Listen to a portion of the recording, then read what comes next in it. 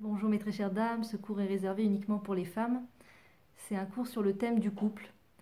Comment ne pas en vouloir à son mari, comment ne pas s'énerver contre son mari, comment ne pas rentrer dans une situation en fait de non-retour. Enfin, on peut toujours faire ce qui s'appelle une réparation et réparer ce qui a été cassé. On peut toujours réparer, mais il y a des fois des situations qui sont difficiles de se dépêtrer de ce genre de situation.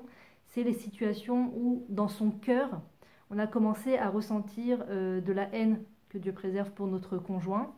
C'est une situation qui est dure de sortir de ça pour réparer et remplacer cette haine par de l'amour. C'est très dur quand tu as un couple qui s'en veut beaucoup et qui voue de la haine l'un à l'autre, va justement voir un thérapeute. En général, c'est très difficile de leur faire entendre que l'un et l'autre ont des qualités et que l'un et l'autre pourraient s'entendre, seulement s'ils ils osaient regarder les qualités de l'autre plutôt que les défauts. En général, le couple a beaucoup beaucoup de mal à le faire si dans leur cœur ils ont déjà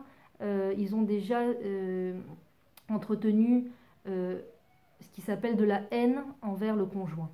C'est pour ça qu'il faut se rattacher aux lois de la Torah.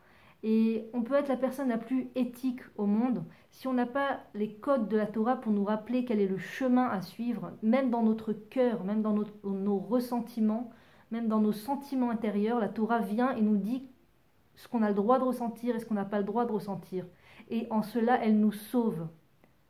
En cela, la Torah nous sauve. C'est pas juste une décoration, la Torah. C'est pas juste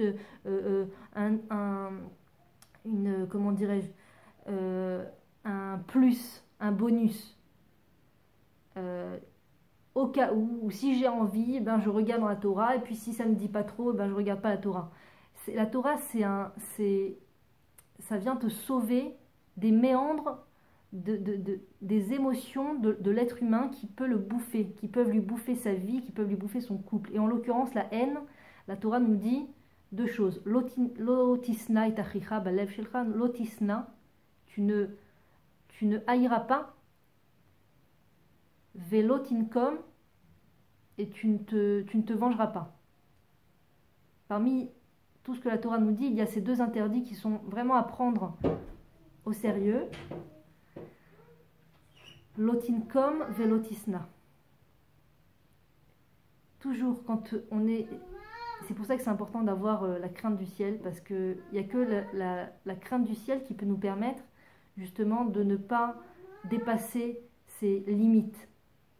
Lotisna velotinkom.